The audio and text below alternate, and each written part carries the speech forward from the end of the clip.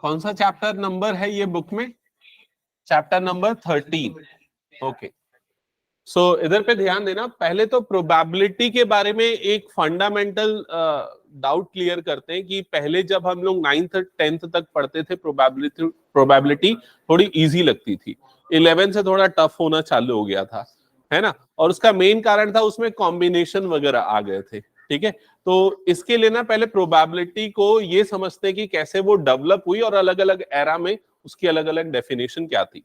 तो पहले जब प्रोबेबिलिटी डेवलप की गई तो उसको बोलते थे एक्सपेरिमेंटल प्रोबेबिलिटी। उसमें क्या होता था, जैसे मान के चलो एक कॉइन को मैंने 10 बार टॉस किया, 9 बार मुझे हेड मिला, 1 बार टेल मिला। तो अगर 11वीं बार मैं टॉस करूंगा और हेड आने की प्रोबेबिलिटी कितनी है ये चेक करूंगा, तो वो कितना हो जाएगा 9/10। तो प्रीवियस एक्सपेरिमेंट के बेसिस पे हुआ ये, ठीक है। लेकिन आई थिंक 1900 सेंचुरी के आसपास कोलमोग्रोव जो नया एक स्टैटिस्टिशियन था प्रोबेबिलिटी पे, उसने एक नई डेफिनेशन दी और उस डेफिनेशन को एक्सियोमेटिक अप्रोच बोलते हैं, जो भी करेंटली फॉलो होता है। उसमें हम ये देखते हैं कि अगर हम किसी भी एक्सपेरिमेंट को, रैंडम एक्सपेरिमेंट को परफॉर्म कर रहे हैं, ठीक है, तो उसमें कितने पॉसिबल आउटकम है और हमारा फेवरेबल आउटकम क्या है, इधर ध्यान दो, और हमारा फेवरेबल आउटकम क्या है। तो दोनों का रेशियो हम लेंगे। जैसे मैंने कॉइन को टॉस किया तो कितने पॉसिबल आउटकम हो गए? 2, या तो हेड आना या टेल आना। फेवरेबल मतलब किस चीज का हेड आने की प्रोबेबिलिटी, तो हेड कितने होते हैं? 1, तो रेशियो कितना हो जाएगा? 1/2। समझ में आया ये चीज? ये एक्सपेरिमेंट के ऊपर डिपेंड नहीं करेगा कितने पॉसिबल आउटकम है और कितने फेवरेबल आउटकम है। तो ये वाली चीज इंट्रोड्यूस हो गई और इसके बाद से जो अप्रोच है वो पूरी एक्सियोमेटिक प्रोबेबिलिटी वाली अप्रोच है। तो इसके लिए पहले इसको समझने के लिए कुछ बेसिक टर्मिनोलॉजी जो आपको पता होनी चाहिए वो यहां पर मैं लिखते चल रहा हूं। सबसे पहले है रैंडम एक्सपेरिमेंट। तुम लोग बस ये लिख लो, नाम लिख लो, रैंडम एक्सपेरिमेंट। रैंडम एक्सपेरिमेंट अगर इन टर्म से रिलेटेड 1 मार्क के क्वेश्चन आ गए तो पता होना चाहिए। रैंडम एक्सपेरिमेंट क्या होता है? ऐसा कोई भी एक्सपेरिमेंट जिसका एग्जैक्टली क्या आउटकम आएगा हम प्रिडिक्ट नहीं कर सकते, उसको रैंडम एक्सपेरिमेंट बोला जाता है। जैसे कि tossing a coin, rolling A DISE, ये सारे के सारे क्या है? रैंडम एक्सपेरिमेंट्स हैं। ओके, फिर उसके बाद सेकेंड आता है आउटकम्स। आउटकम्स, तो आउटकम्स का मतलब क्या है? कॉइन को टॉस किया, हेड या टेल, ये क्या है? हो गए हमारे आउटकम्स हो गए। क्लियर हुआ ये चीज? फिर थर्ड जो चीज है वो है sample space. Sample space, sample space को यूजुअली कैपिटल एस से शो किया जाता है। ये एक सेट होता है, और किसका सेट होता है? आउटकम्स का सेट होता है। सेट है तो सेट के फॉर्म में रिप्रेजेंट करेंगे। सेट को कर्ली ब्रैकेट्स में रिप्रेजेंट करते हैं, एलिमेंट को कॉमा करके लिखते हैं। जैसे कि कॉइन को टॉस किया तो हेड कॉमा टेल, तो ये हो गया हमारा सैंपल स्पेस। समझ में आ गया सबको ये? ओके, फिर इसके बाद आता है फोर्थ पॉइंट जिसको बोलते हैं इवेंट। इवेंट क्या होता है? तो ये सैंपल स्पेस का एक सबसेट होता है। सबसेट समझते हो ना क्या होता है? जैसे कि ये H और T है तो इसका सबसेट क्या होगा? H हो जाएगा ये इसका सबसेट, या फिर क्या हो जाएगा? T हो जाएगा इसका सबसेट। अगर मान लो कॉइन को टॉस किया है, सॉरी डायस को रोल किया है, तो सैंपल स्पेस क्या होगा? 1 2 3 4 5 6। उसका सबसेट क्या होगा? या तो 1 2 या 2 3, ऐसा बहुत सारा हो सकता है। समझ गए ना? तो इवेंट एक्चुअली सैंपल स्पेस का एक सबसेट होता है। फिर उसके बाद आते हैं जो प्रोबेबिलिटी की डेफिनेशन है वो क्या है। तो प्रोबेबिलिटी की डेफिनेशन, किसी भी इवेंट की जो प्रोबेबिलिटी है वो number of element in that event E divided by number of element in sample space, ये है उसकी डेफिनेशन, मैथमेटिकल डेफिनेशन। यहां n का मतलब क्या है? Number of. ई मतलब जो भी हमारा इवेंट है उसमें कितने नंबर ऑफ एलिमेंट है, और एन ऑफ एस मतलब number of element in sample space. Favourable outcome divided by all possible outcome. समझ गए ये चीज? ओके, अब इसके बाद ना इवेंट्स, कुछ स्पेशल टाइप के इवेंट्स जो कि हमने क्लास 11th में पढ़े थे वो मैं बता रहा हूं, जिसमें सबसे पहला था सिंपल इवेंट्स। तो ये वर्ड्स आप लिखते चलो, मैं उसको डिफाइन करा रहा हूं। सबसे पहला था simple events. Simple events, simple events क्या होते हैं? मैंने एक डायस को रोल किया, पॉसिबल आउटकम क्या आएंगे? 1 2 3 4 5 6, ठीक है। और अगर सिंपली मैंने बोला गेटिंग वन, ये मेरा एक इवेंट है, ठीक है, और इस इवेंट में सिर्फ एक ही एलिमेंट आएगा, ओनली वन, तो ऐसे इवेंट को क्या बोलते हैं? Simple event. जिसमें सिर्फ एक एलिमेंट होता है वो इवेंट कहलाता है सिंपल इवेंट। समझ गए ना ये चीज? फिर नेक्स्ट आता है compound event. Compound event, compound event का एग्जांपल है getting even number. Getting even number, तो even number, getting even number, तो बताओ इस इवेंट में कौन कौन से एलिमेंट आएंगे? 2 4 6। तो एक से ज्यादा एलिमेंट जिस इवेंट में आते हैं उसको बोला जाता है कंपाउंड इवेंट। समझ गए? फिर नेक्स्ट है impossible event. Impossible event, impossible event किसको याद है? किसको बोलते हैं इम्पॉसिबल इवेंट? जिसकी प्रोबेबिलिटी क्या होती है? जीरो, जो हो नहीं सकता या जिसकी प्रोबेबिलिटी जीरो होती है उसको बोला जाता है इम्पॉसिबल इवेंट। फिर उसके बाद श्योर इवेंट। अरे प्रोबेबिलिटी के टर्म्स में बता, जिसकी प्रोबेबिलिटी कितनी होती है? 1, ऐसे इवेंट को बोला जाता है श्योर इवेंट। प्रोबेबिलिटी हमेशा 0 और 1 के बीच में होती है, ये तो याद है ना? ओके। फिर उसके बाद नेक्स्ट है, श्योर इवेंट को सर्टेन इवेंट भी बोला जाता है, याद रखना ना। फिर नेक्स्ट लिखना mutually exclusive events. Mutually exclusive events, ठीक है। अब इसको मैं एक एग्जांपल से समझा रहा हूं। मान लो मैंने एक डायस को रोल किया, तो सैंपल स्पेस क्या होगा? 1 2 3 4 5 6। मैंने एक इवेंट ई डिफाइन किया और वो है ऑड नंबर आना, तो यहां पर क्या आ जाएगा? 1 3 5। मैंने एक और इवेंट एफ डिफाइन किया जो कि है इवन नंबर आना, तो ये क्या हो जाएगा? 2 4 6। समझ गए ये चीज? तो अगर यहां पर मैं ई इंटरसेक्शन एफ, ये जो मैंने सिंबल बनाया है इसको बोलते हैं इंटरसेक्शन। और इंटरसेक्शन में हम क्या लेते हैं? दोनों सेट के कॉमन एलिमेंट को। तो यहां कोई कॉमन एलिमेंट है क्या? नहीं है। कोई भी कॉमन एलिमेंट नहीं है, तो इस सेट को बोला जाएगा नल सेट। समझ में आया ये चीज? तो इस वाले सेट की जो प्रोबेबिलिटी होगी वो कितनी आ जाएगी? 0। तो ऐसे दो इवेंट्स को म्यूचुअली एक्सक्लूसिव इवेंट्स बोलते हैं, जिनका इंटरसेक्शन हमको नल सेट मिलता है या जिसमें कोई कॉमन एलिमेंट नहीं होता। और ऐसे इवेंट की ज्वाइंट प्रोबेबिलिटी, क्या बोला मैंने? ज्वाइंट प्रोबेबिलिटी क्या होगी? 0। तो ये ज्वाइंट प्रोबेबिलिटी जो जब भी हम ई इंटरसेक्शन एफ निकालते हैं ना, तो इस तरह से बोलते हैं, ठीक है। फिर इसके बाद नेक्स्ट टाइप ऑफ इवेंट लिखना एग्जॉस्टिव इवेंट्स। एग्जॉस्टिव इवेंट्स,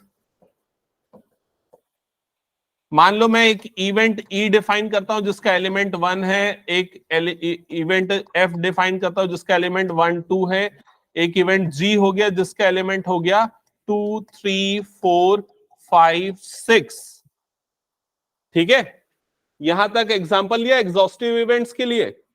अब अगर यहां पर हम ई यूनियन एफ यूनियन जी अगर ये निकालते हैं, ई यूनियन एफ यूनियन जी, यूनियन याद है ना, ये वाला सिंबल यूनियन जिसमें हम मिला देते हैं सबको, तो क्या आएगा बताओ? यूनियन, यूनियन आ जाएगा 1 2 3 4 5 6। और ये किसके इक्वल आ गया है?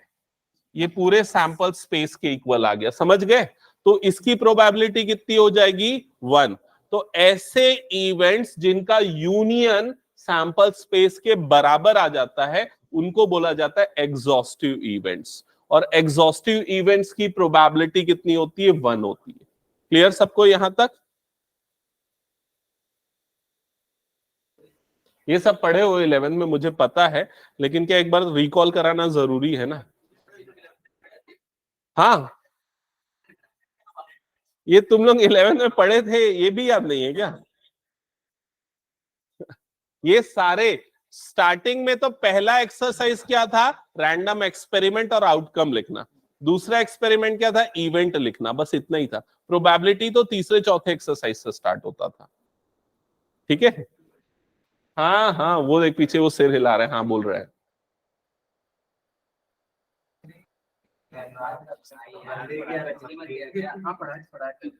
अरे मैं पढ़ा है, मेरे पास प्रूफ है, रिकॉर्डिंग्स है मेरे पास। ठीक है, हाँ इसी दिन। ओके, तो ये क्लियर हो गया सबको, ये सारे इवेंट्स। हाँ, इसके बाद अब आगे आते हैं। हाँ, एक और चीज, ज्वाइंट प्रोबेबिलिटी का एक ये वाला फॉर्मूला मैं लिखा रहा हूं, देखो इधर पे ध्यान देना। तुम लोगों को सेट्स में याद होगा, N of A union B is equal to N of A upon plus N of B minus N of A intersection B. ये तुम लोगों ने पढ़ा था, किसमें पढ़ा था, सेट्स में, है ना। अब सेट में सुनो, इधर पे ध्यान दो, अगर मैं इसमें सभी को एन ऑफ एस से डिवाइड कर दूं, एन ऑफ एस का मतलब क्या है, number of element in sample space. तो एन ऑफ एस से डिवाइड करने पे ये क्या बन जाएगा, probability of A union B is equal to probability of A plus probability of B minus probability of A intersection B. समझ में आया। और ये वाला फॉर्मूला यूज होता है प्रोबेबिलिटी में, ज्वाइंट प्रोबेबिलिटी कैलकुलेट करने के लिए। ओके, नोट डाउन कर लो इसको, ये चीज बहुत ज्यादा यूज होगी। ठीक है, नोट कर लिया सबने। फिर मैं एक क्वेश्चन पूछूंगा, इसलिए जल्दी से नोट डाउन कर लो। हाँ, ये सेट में था लेकिन एन के फॉर्म में था, पी के फॉर्म में आता है तो प्रोबेबिलिटी हो जाता है। ठीक है, पूछो एक क्वेश्चन।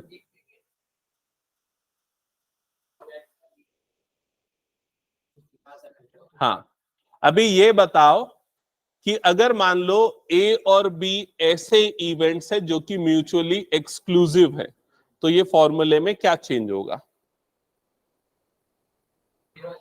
तो probability of A union B किसके इक्वल आ जाएगा, probability of A plus probability of B के। समझ में आया ये चीज सभी को। ये कब होगा, जब ए और बी कैसे इवेंट्स होंगे, mutually exclusive, A and B are mutually exclusive. हो गया, नोट डाउन कर लिया सबने।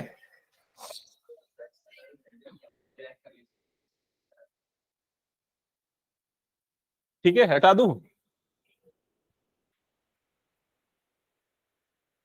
पिछले बार मैं इस प्रोबेबिलिटी 28 नवंबर को पढ़ाया था, इस बार अपन 23 नवंबर को कर रहे हैं।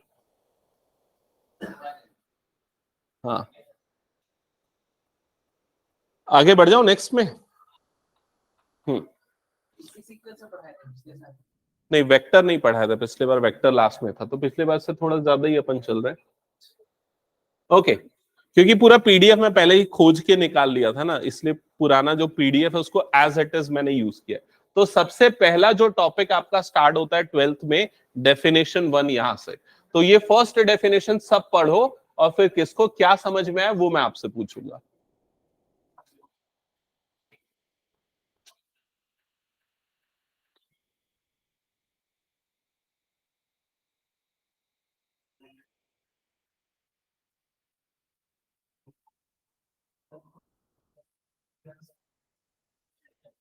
कुछ समझ में आया। चलो मैं बताता हूं, देखो ई और एफ दो इवेंट्स हैं, ठीक है, वो सेम सैंपल स्पेस से एसोसिएटेड है।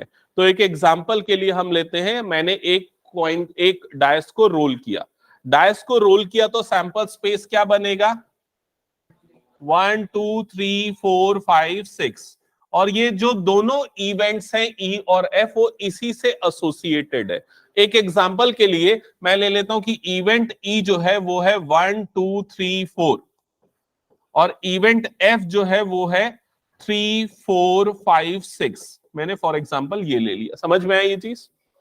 तो ई और एफ दो इवेंट्स है, सेम सैंपल स्पेस से एसोसिएटेड है। ठीक है, आगे क्या लिखा है, random experiment, same sample space of random experiment, the conditional probability, ये बहुत इंपॉर्टेंट लाइन है, the conditional probability of event E given F. ठीक है, ये पूरी जो लाइन मैंने अभी अंडरलाइन की ना, conditional probability of E given F, ये इसका मतलब ये होता है, दैट मींस दिस। ठीक है, conditional probability of E given F. तो जब भी आपको ऐसा दिखे ना ई स्लैश एफ, तो आप उसको कैसे रीड करोगे, बोल के बताओ, conditional probability of E given F. समझ गए ये चीज? तो ये जो है ये कैसे निकाला जाता है, तो ये निकालने का ये फॉर्मूला है जो सामने आपको दिख रहा है। ठीक है, अब ये कैसे निकालेंगे समझना। यहां पर हमने ई और एफ डिफाइन कर लिया। अब अगर हमको ई गिवन एफ निकालना है तो हमको क्या चाहिए, probability of E intersection F. तो सबसे पहले आप यहां क्या कैलकुलेट करोगे, ई इंटरसेक्शन एफ, वो कितना आएगा बताओ, 3,4 आ जाएगा। समझ में आया सबको ये? फिर हमको चाहिए इसकी प्रोबेबिलिटी, तो probability of E intersection F कैसे निकलता है, तो इसका फॉर्मूला है number of E intersection F divided by number of क्या, N of S, number of element in sample space. तो ई इंटरसेक्शन एफ में कितने एलिमेंट है, 2, सैंपल स्पेस में कितने एलिमेंट है, 6, तो इसकी प्रोबेबिलिटी कितनी आ गई, 1/3। समझ में आया? तो न्यूमरेटर मिल गया। फिर नेक्स्ट हमको क्या चाहिए बताओ, देखो देखो यहां पर P ऑफ F, तो P ऑफ F, F की प्रोबेबिलिटी कितनी हो जाएगी, 4/6। समझ में आया सबको ये चीज? तो ये दोनों को उठा के यहां पर पुट कर दो, तो probability of E given F is equals to कितना आ जाएगा, 1/3 डिवाइडेड बाय 4/6। तो 1/3 डिवाइडेड बाय ये कितना हो जाएगा, 2/3। तो सिंप्लीफाई करोगे तो कितना, 3 और 3 कट जाएगा, तो कितना बन जाएगा, 1/2। तो probability of E given F की वैल्यू कितनी आ जाएगी, 1/2। समझ में आया ये कैसे कैलकुलेट होगा? अब इसका मतलब समझो, इसका मतलब क्या है, इसका मतलब है probability of event E, event E के होने की प्रोबेबिलिटी निकालो। It is given that event F has awkward, मतलब मैंने एक डायस को थ्रो किया, मैंने ये बोला कि जो आउटकम है वो 3, 4, 5, 6 में से कोई एक है, तो ये बताओ कि इवेंट ई के होने की प्रोबेबिलिटी कितनी है।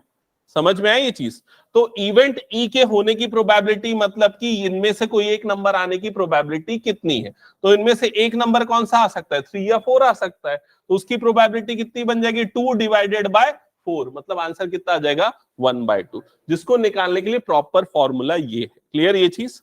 अब इस फॉर्मूले को थोड़ा और भी मॉडिफाई कर सकते हैं शॉर्टकट में, वो कैसे देखो इधर पे, इसको हम ऐसा भी लिख सकते हैं, N of E intersection F divided by N of F. मतलब हमने प्रोबेबिलिटी हटा के सीधा क्या कर दिया, नंबर ऑफ एलिमेंट लिख दिए, क्योंकि दोनों के डिनोमिनेटर में क्या आएगा, सैंपल स्पेस आएगा ना, तो उसके काउंट को हटा दो, इससे और इजी हो जाएगा। तो ई इंटरसेक्शन एफ में कितने एलिमेंट आए थे, देखो यहां पर 2 डिवाइडेड बाय एफ में कितने एलिमेंट थे, 4, तो आंसर कितना आ जाएगा यहां पर, 1/2। समझ में आ गया? इसी को बोलते हैं कंडीशनल प्रोबेबिलिटी, और पूरे आगे के एक्सरसाइज में सारे क्वेश्चंस में कंडीशनल प्रोबेबिलिटी लगेगा ही। तो इसको समझ लो, नोट डाउन कर लो फॉर्मूले को। हाँ, डेफिनेशन पूरा मत लिखो, बस इतना लिख दो, ये वाली line, conditional probability of the event E given F, that means this, और इसका फॉर्मूला लिख लो ये, या फिर ये दोनों फॉर्मूला अप्लाई होगा। ठीक है,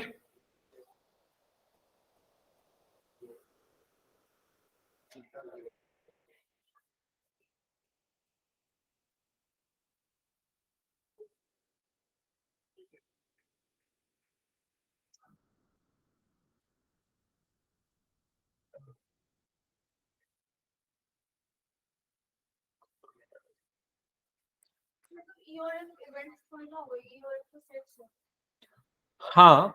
और मैंने इवेंट्स को जब डिफाइन किया था, मैंने क्या बोला, इवेंट्स क्या है, सैंपल स्पेस के सबसेट है ना? हो गया, हटा दो इसको मैं।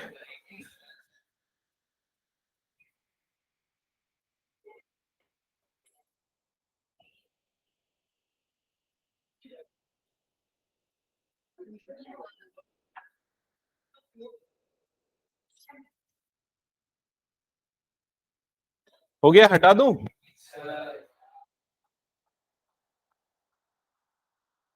ओके, इंपॉर्टेंट ये तो नोट डाउन कर लिया ना, ये दोनों फॉर्मूले। हाँ ठीक है, चलो अब इधर पे ध्यान देना। प्रॉपर्टीज देखेंगे कुछ कंडीशनल प्रोबेबिलिटी की। तो सबसे पहली प्रॉपर्टी क्या है? S, probability of S given F, ये जो है probability of F given F के इक्वल होगा, और जो कि क्या हो जाएगा 1। अब ये ऐसा कैसे होगा उस चीज को समझ लेना, ठीक है। तो सबसे पहली चीज ये कि कंडीशनल प्रोबेबिलिटी का जो फॉर्मूला है, probability of S given F, पिछले फॉर्मूले से देखिए, कंपेयर करो कैसे निकलता है वो। Probability of S intersection F divided by probability of F, ऐसे ही निकलता है। अब एस क्या है यहां पर? Sample space. सैंपल स्पेस में एक यूनिवर्सल सेट है, उसका अगर एफ के साथ इंटरसेक्शन लेंगे तो क्या आएगा? एफ ही आएगा। तो ये दोनों सेम हो जाएगा, समझ में? तो ये दोनों कट जाएगा और इसकी प्रोबेबिलिटी कितनी आ जाएगी? 1। वैसे ही एफ गिवन एफ की निकालोगे तो एफ इंटरसेक्शन एफ हो जाएगा, probability of F divided by probability of F cut के क्या हो जाएगा? 1। तो ये फर्स्ट प्रॉपर्टी है, आप लोग बस ये लिख लो उस प्रॉपर्टी में, प्रॉपर्टी 1 में ये नोट डाउन कर लेना। और ये कैसे आए, ये मैंने बुक का ही स्क्रीनशॉट लिया, अगर आपको लिखना है तो आप इसके लिए जगह छोड़ के अपनी नोटबुक में बुक से लिख लेना। ओके, हो गया यहां तक सभी का?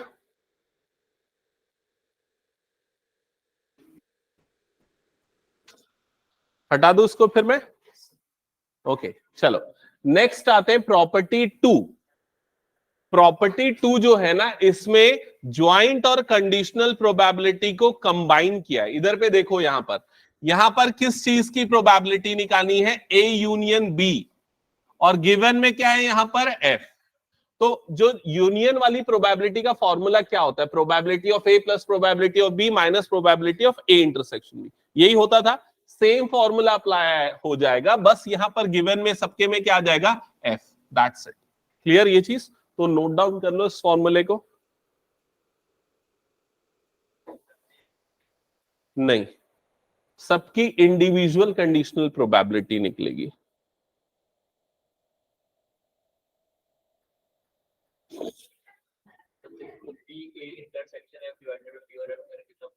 हाँ, इसका मतलब एक्चुअली इसका मतलब क्या हो गया? देखो, इस वाले पार्ट का मतलब क्या है? Probability of A given F कैसे निकलेगा बताओ तो देख के। A intersection F divided by probability of F, minus ये कैसे निकलेगा? Probability of B intersection F divided by probability of F, ये ऐसा प्लस में ना, माइनस ये क्या होगा? प्रोबेबिलिटी ऑफ, बोलो जल्दी क्या होगा ये वाला पार्ट? नहीं, A intersection B intersection F divided by probability of F. समझ में आया ये कैसे अप्लाई होगा? अगर ये फर्स्ट लाइन पे क्लियर नहीं हुआ तो नीचे वाली लाइन भी लिख लेना, ठीक है?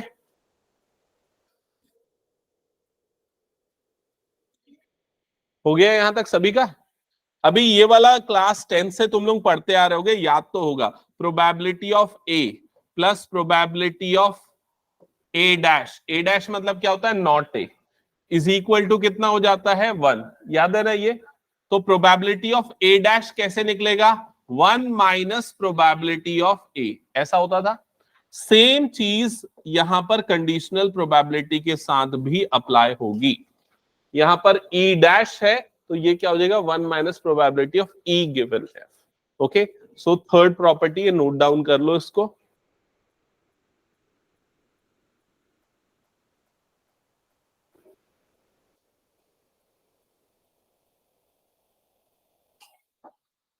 हो गया यहां तक सभी का?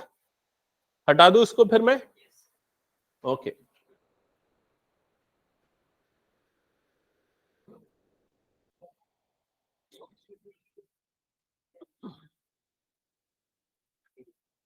ओके चलो नेक्स्ट आते हैं। अब यहां से स्टार्ट होता है आपका first exercise.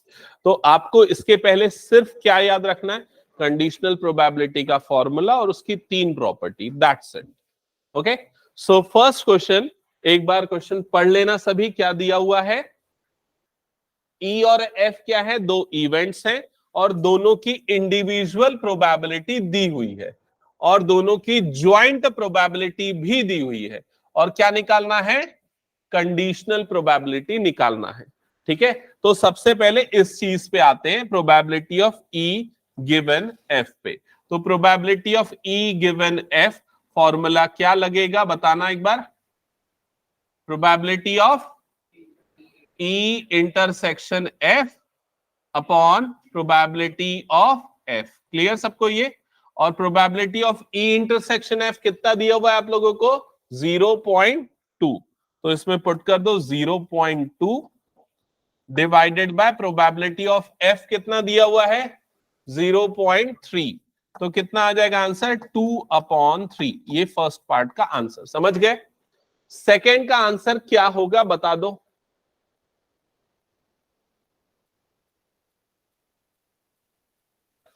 Probability of F given E, जो कि कैसे निकलेगा, probability of F intersection E divided by probability of E, ऐसा ही होगा।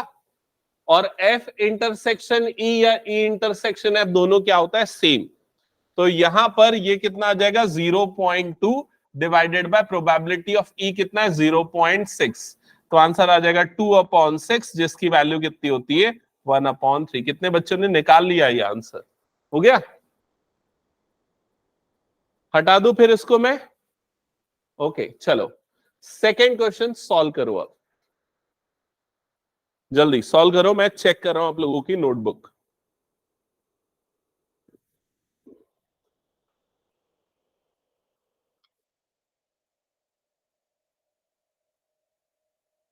A गिवन B निकालना है, प्रोबेबिलिटी ऑफ B और probability of A intersection B given है। किसका किसका आ गया आंसर? पिछला क्वेश्चन नहीं बनाई क्या प्रिया?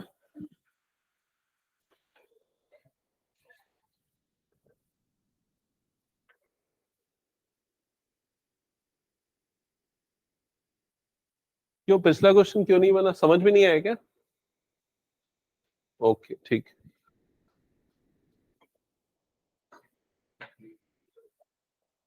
ये क्या है, फॉर्मूला क्या है बताओ? A गिवन B का फॉर्मूला क्या है?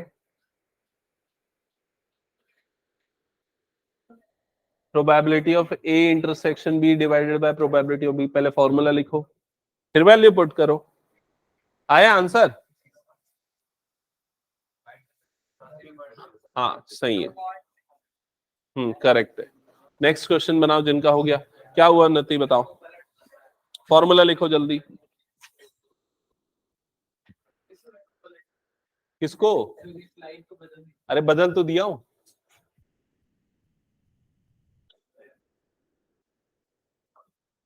क्या लिख रहे हो बताओ, फॉर्मूला क्या है? E given F, A given B है ना, तो लिखो A given B is equal to probability of A intersection B,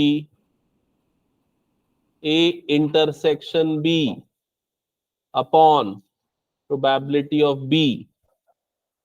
समझ में आया? जब भी कंडीशनल प्रोबेबिलिटी निकालना होता है ना, तो पहले दोनों का इंटरसेक्शन डिवाइडेड बाय नीचे वाले की प्रोबेबिलिटी। समझ गए? अभी आपको दोनों चीजें गिवन है, ये देखो ये भी गिवन है और ये भी गिवन है। पुट करो यहाँ पर दोनों नंबर्स। सेकंड बना कि नहीं बना? हो गया सेकंड? हाँ रिया बना सेकंड, दिखाओ मुझे आंसर। ओके हाँ, अनम बना कि नहीं बताओ सेकंड क्वेश्चन। जल्दी पेज पलटो, उधर दिखाओ मुझे क्या लिख रहे हो। हाँ सही है, उसके बाद कैलकुलेशन करना है बस। हाँ बना कि नहीं सेकंड क्वेश्चन? हाँ ठीक है, नेक्स्ट थर्ड बनाओ। हाँ आयुष क्या बना रहा है, कौन सा बना रहा है?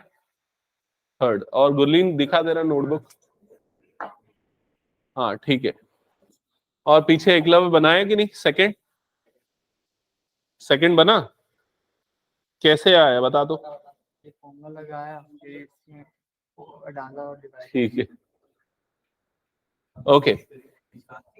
अभी आते हैं क्वेश्चन नंबर 3 में। तो अभी पूछूंगा, इधर पे ध्यान देना। क्या क्या दिया हुआ है, ये दिया हुआ है, ये दिया हुआ है और ये दिया हुआ है। तो ये क्या चीज है, कौन सी प्रोबेबिलिटी है? कौन सी प्रोबेबिलिटी है? तो कंडीशनल प्रोबेबिलिटी। आपको कंडीशनल प्रोबेबिलिटी गिवन है, कौन सी? प्रोबेबिलिटी ऑफ बी गिवन ए। तो प्रोबेबिलिटी ऑफ बी गिवन ए का फॉर्मूला क्या होगा?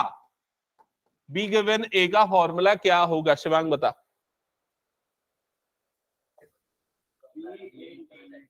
Probability of B intersection A upon probability of A, यही होगा फॉर्मूला।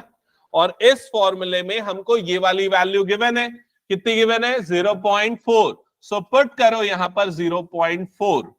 राइट साइड में ये वाली वैल्यू गिवन नहीं है, तो ये एज इट इज रहेगा, बट इसको मैं ऐसे लिख देता हूं, ए इंटरसेक्शन बी, क्योंकि दोनों का मतलब सेम होता है। और डिनोमिनेटर में क्या आएगा देख के बताओ? 0.8। फिर क्या करोगे? 0.8 को इधर पे क्रॉस मल्टीप्लाई कर दो, तो दोनों मल्टीप्लाई होगा, कितना बनेगा? 0.4 into 0.8 is equal to probability of A intersection B.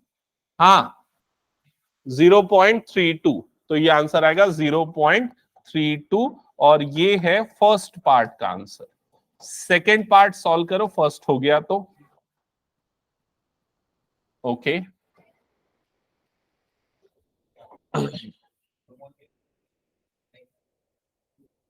Second part में आपको निकालना है probability of A given B. Unnati बताओ क्या होगा फॉर्मूला ए गिवन बी का?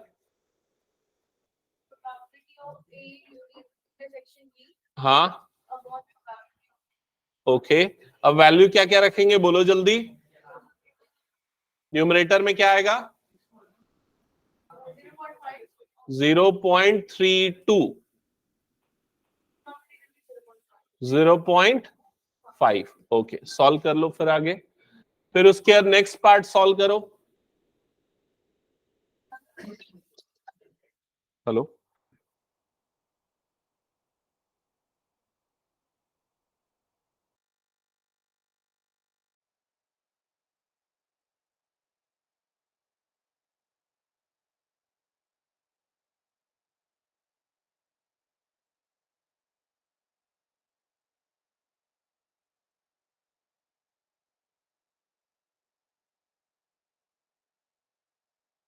थर्ड पार्ट में ए यूनियन बी निकालना है, तो उसमें कौन सा फॉर्मूला लगेगा देख लो, इधर मैंने लिख दिया, ज्वाइंट प्रोबेबिलिटी का फॉर्मूला लिखाया था, ये जो आप क्लास 11th में यूज करते थे। तो probability of A union B is equal to probability of A. कितना है probability of A? 0.8 plus probability of, नहीं गलत लिखा गया, 0.5 है ना, नहीं 0.8 तो है, okay sorry. Probability of B 0.5 है, माइनस ए इंटरसेक्शन बी की प्रोबेबिलिटी कितनी है? 0.32। तो इसको जब ऐड करोगे तो 1.3 माइनस 0.32 आएगा। बताओ फाइनल आंसर क्या आ रहा है? 0.98।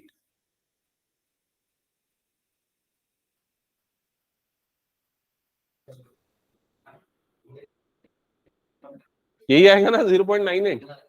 हाँ, जिनका हो गया नेक्स्ट क्वेश्चन स्टार्ट कर दो, हटा दो इसको, मैं सबका हो गया ये।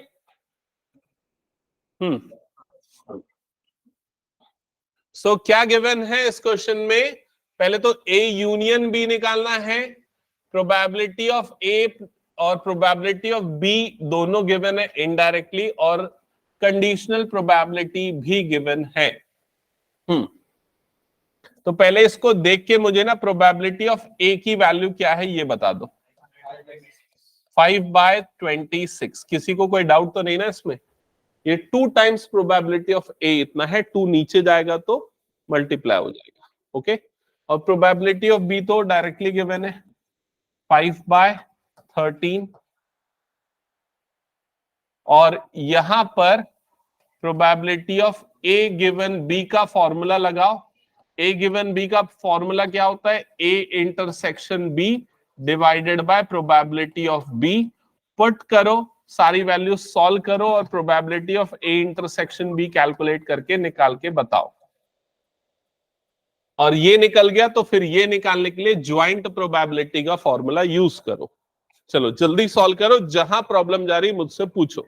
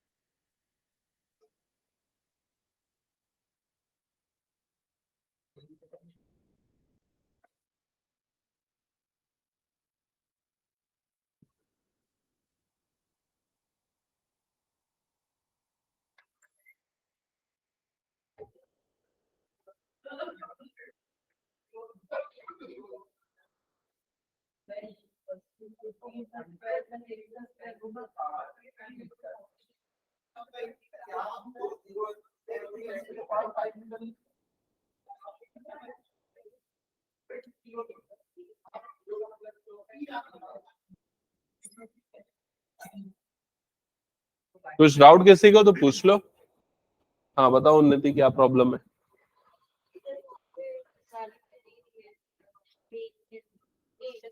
तो किसकी वैल्यू दी हुई है उसमें? तुमको a गिवन b की वैल्यू गिवन है ना, कितनी है?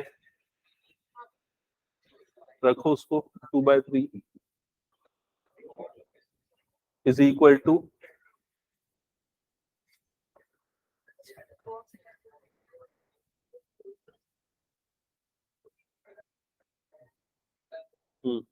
अभी इसको क्रॉस मल्टीप्लाई करके इंटरसेक्शन भी निकालो। हाँ कौन सा हो गया? फोर्थ का आंसर। ओके वो सबका वही आ रहा है 11/26। ठीक है नेक्स्ट बनाओ फिर।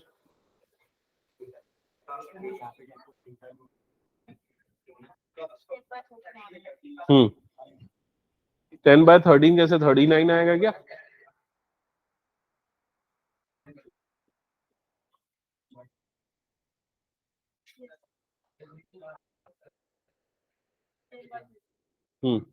अभी तुमको ए इंटरसेक्शन बी निकल गया।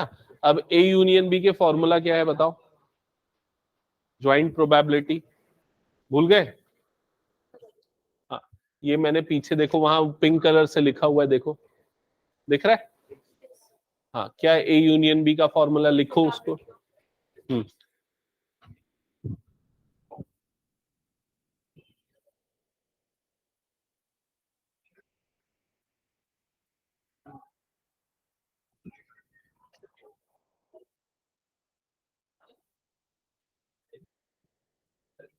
हो गया? कौन सा क्वेश्चन में प्रॉब्लम है? क्या है 6 क्वेश्चन? पॉइंट को 3 बार टॉस कर रहे हैं। तो ट्रिपल एच तरीका मैं बताऊंगा, अभी लिख लो पहले। ट्रिपल एच, फिर डबल एच टी, फिर एच टी एच, फिर टी एच एच, ठीक है, फिर टी टी एच, फिर टी एच टी, फिर एच टी टी, और लास्ट आएगा ट्रिपल टी। उसका तरीका बता दूंगा मैं। हाँ मैं वही करता हूँ।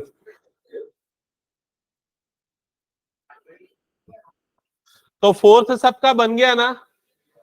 फिफ्थ क्वेश्चन स्टार्ट करो। क्या वो फोर्थ नहीं बना अनम? कहां तक बनाया बताओ मुझे। ए इंटरसेक्शन भी निकला, ये कैसे निकाला ए इंटरसेक्शन भी, मेरे को समझाओ थोड़ा।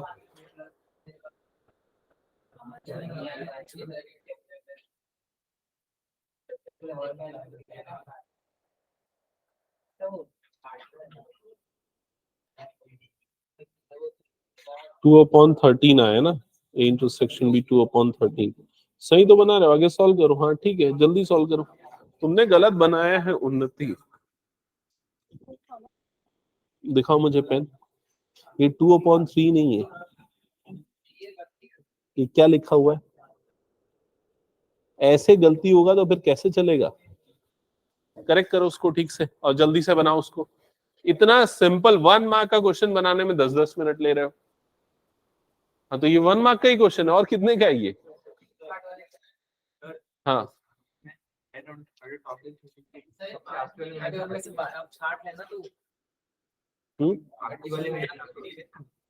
हेड ऑन थर्ड टॉस, तो एच आखिरी वाले में एच वाले को काउंट में लेना है। किसका? हाँ लिखना चाहिए। क्या हुआ, कौन सा क्वेश्चन बना रहे हो? हाँ 5th का सेकेंड पार्ट। ओके 5th का सेकेंड पार्ट, कुछ प्रॉब्लम आ रही है तो पूछो जल्दी। सबसे पहला पार्ट तो निकल गया ना, फर्स्ट पार्ट तो निकल गया 5th का।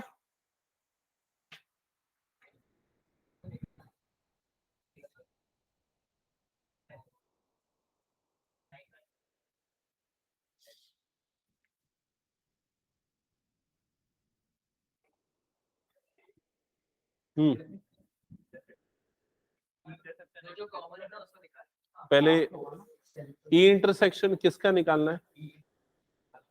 तो ई और एफ अलग से निकाला नहीं क्या? अरे वो ई नहीं है, वो प्रोबेबिलिटी है उसकी। ई इंटरसेक्शन है मतलब दोनों कंडीशन जो फॉलो हो। ई वाली कंडीशन क्या है?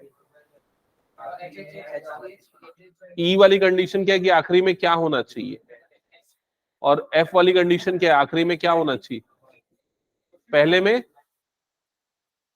अरे देख ई क्या बोलता है कि आखिरी वाले में हेड होना चाहिए, एफ क्या बोलता है पहले दो में हेड होना चाहिए, तो तीनों एच आ जाएगा, समझा कि नहीं? ई इंटरसेक्शन एफ, और उसकी प्रोबेबिलिटी कितनी आ जाएगी? 1/8। ये क्वेश्चन बना कि नहीं? उन्नति बनाओ जल्दी, क्यों रुके हो? जो प्रॉब्लम है पूछो मुझसे जल्दी। हाँ 5th बनाओ फिर जल्दी। हाँ कुछ डाउट है तो पूछो जल्दी मुझसे। 6 का सबसे पहले सैंपल स्पेस बनाओ। अगर 3 बार टॉस होगा तो सैंपल स्पेस क्या बनेगा? ट्रिपल एच नहीं, उसको ना इस ऑर्डर में समझो। अभी रुक जाओ, मैं 6 सीधा बता दे रहा हूं, बहुत सारे बच्चों ने 6 नहीं बनाया है तो इधर पे देख लेना, और सैंपल स्पेस बनाना भी सीख लो। इधर पे आशु और आर्यन ध्यान दो। A coin is toss 3 times, इसका मतलब एक कॉइन को कितने बार टॉस कर रहे हैं? 3 बार। और अगर मैं स्टेटमेंट बदल दूं 3 कॉइन्स आर टॉस्ड वंस, तुम दोनों इधर पे ध्यान दो पहले। एक कॉइन इज टॉस्ड 3 टाइम्स मतलब एक कॉइन को 3 बार, 3 कॉइन्स आर टॉस्ड वंस मतलब 3 कॉइन को एक बार। दोनों में सैंपल स्पेस सेम बनता है, समझ गए ना ये? अब सैंपल स्पेस बनाने के लिए सही अप्रोच यूज करोगे तो ठीक होगा, नहीं तो गड़बड़ में फंस जाओगे। तो पहले समझो 3 बार हो रहा है तो मतलब पहले तीनों को क्या ले लो? एच, समझ गए? अब इसके बाद 2 एच लो और आखिरी वाले को क्या ले लो? टी। अब टी को इधर शिफ्ट कर दो, इधर शिफ्ट होगा तो क्या बनेगा बताओ? H T H. फिर एक बार और लेफ्ट में शिफ्ट कर दो तो क्या हो जाएगा? T H H. समझ गए ये? फिर उसके बाद अब सारी पोजीशन खत्म हो गई टी की, अब क्या बनाओगे? 2 टी और एक एच वाला, तो क्या बन जाएगा? टी टी और एच। फिर एच को इधर शिफ्ट करो तो क्या बन जाएगा? T H T. फिर एच को इधर शिफ्ट कर दो तो क्या बन जाएगा? H T T. ये भी सारी पोजीशन खत्म हो गई, लास्ट क्या बच गया? Triple T. समझ में आया? तो ऐसे बनेगा सैंपल स्पेस। अच्छा कितने एलिमेंट होंगे सैंपल स्पेस के?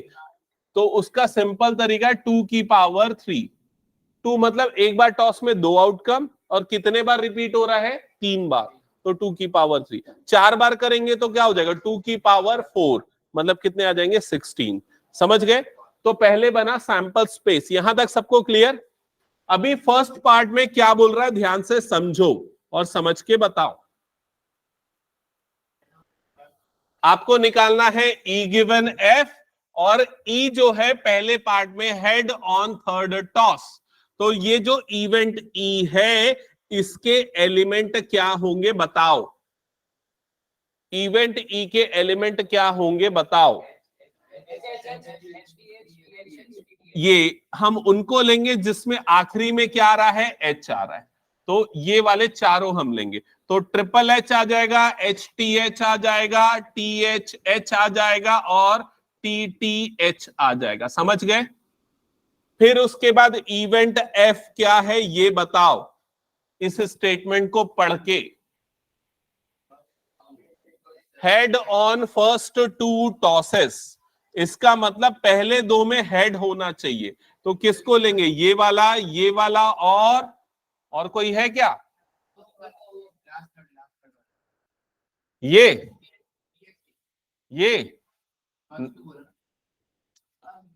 Head on first two tosses मतलब पहले दो में हेड होना चाहिए। तो पहले दो में हेड, तो यही दो सिचुएशन पे आ रहा है। तो क्या लोगे इसमें? ट्रिपल एच, और फिर क्या लोगे? H H T. समझ गए? फिर निकालोगे ई इंटरसेक्शन एफ। तो ई इंटरसेक्शन एफ का सेट बताओ कितना होगा? बताओ देख के, दोनों में कॉमन क्या है? ट्रिपल एच, तो एक ही आएगा ट्रिपल एच। समझ गए ये? अभी क्या निकालना है इधर पे ध्यान दो, क्या निकालना है देख के बताओ? Probability of E given F. ध्यान से समझना, भले ही आंसर आ गया फिर भी सुनो। ई गिवन एफ का फॉर्मूला क्या है बताओ मुझे? Probability of E intersection F divided by probability of F. लेकिन इसको यूज मत करो, इससे और इजी तरीका, मैंने इस फॉर्मूले को मॉडिफाई करके क्या बताया था?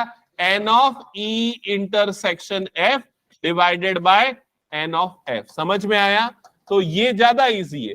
ई इंटरसेक्शन एफ में कितने हैं अब देखो? 1, और एफ में कितने हैं? 2। तो आंसर कितना आ जाएगा इसका? 1/2। समझ गए? क्यों जबरदस्ती के प्रोबेबिलिटी निकालोगे फिर उसको डिवाइड करोगे? ओके, समझ गए? तो फिर सेकंड पार्ट सॉल्व करो। हो गया? तीनों हो गया? आंसर चेक कर लेना बुक से धनराज।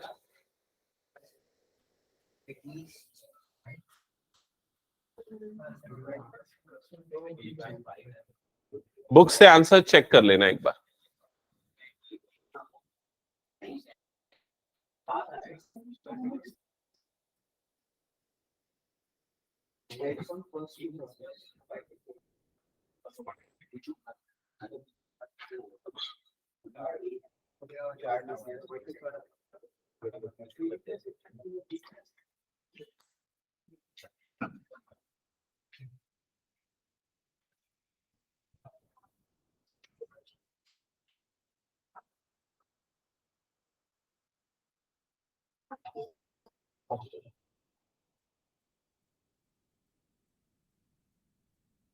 सब सही है आंसर?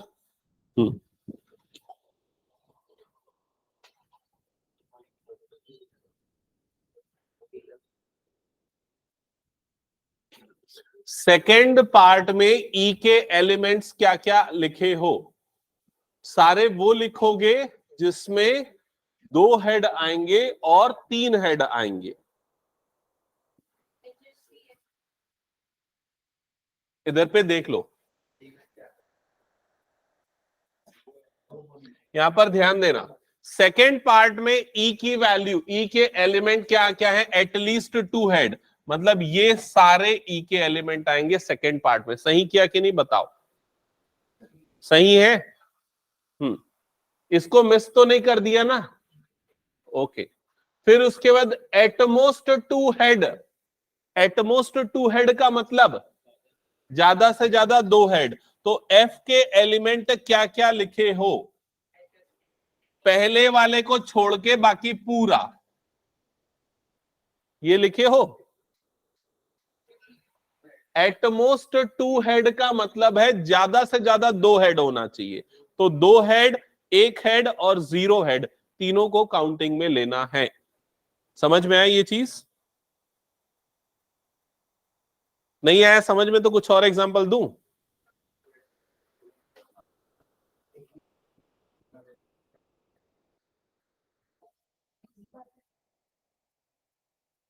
ठीक है, तो प्रोबेबिलिटी यही देख के बता सकते हो दोनों का इंटरसेक्शन में कितना एलिमेंट आ रहा है?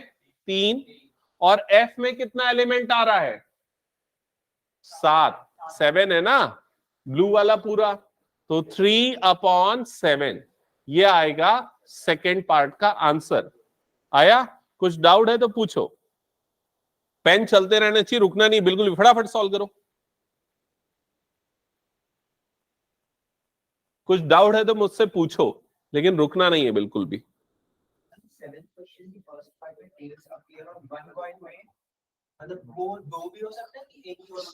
एक सेकेंड में क्वेश्चन पढ़ लेता हूं। Tails appear on one coin, तो इसमें HT और TH दोनों लेंगे। हाँ।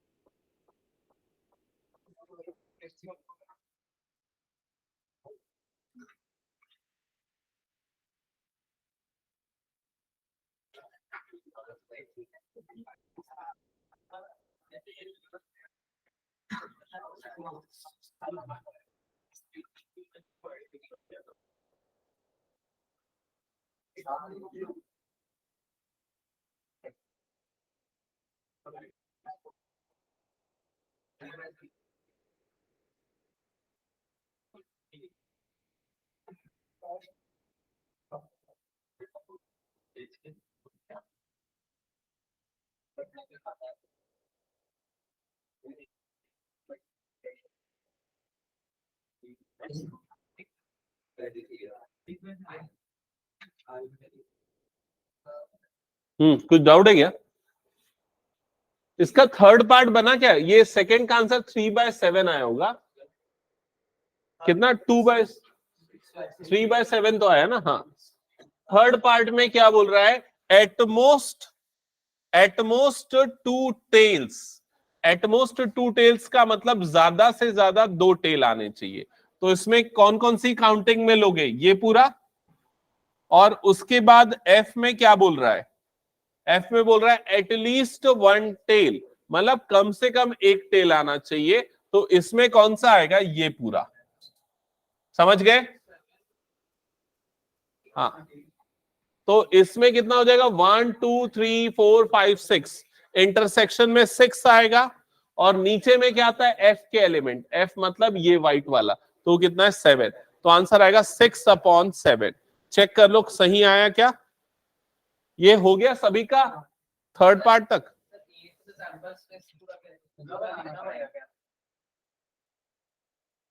पूरा बना लोगे तो ठीक रहेगा, नहीं भी बनाओगे तो अगर उसके बिना कर सकते हो तो भी चलेगा।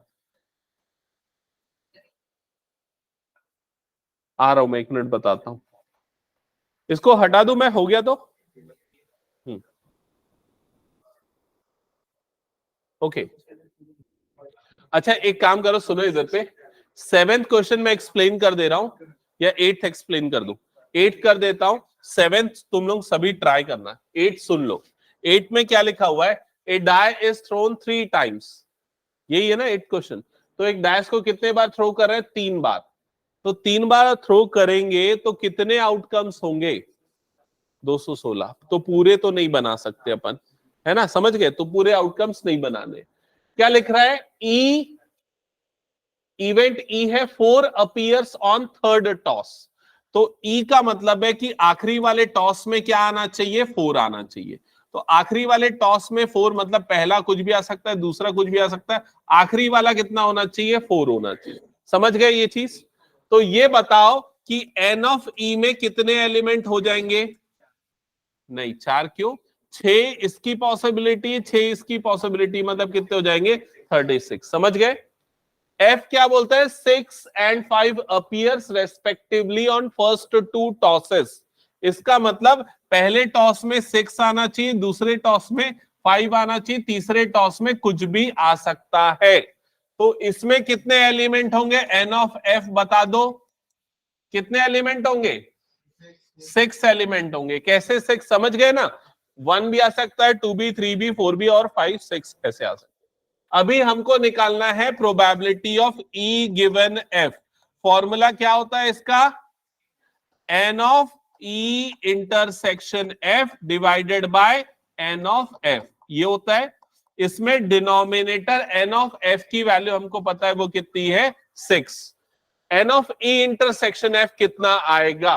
तो N of E intersection F मतलब ये कंडीशन जिसमें दोनों कंडीशन फॉलो होनी चाहिए। आखिरी में 4 आना चाहिए, पहले दो में क्या आना चाहिए? 6 और 5। तो ऐसा कितना बन जाएगा? 1। एक ही कंडीशन होगी, तो आंसर कितना आ जाएगा इसका 1/6। Okay, hello,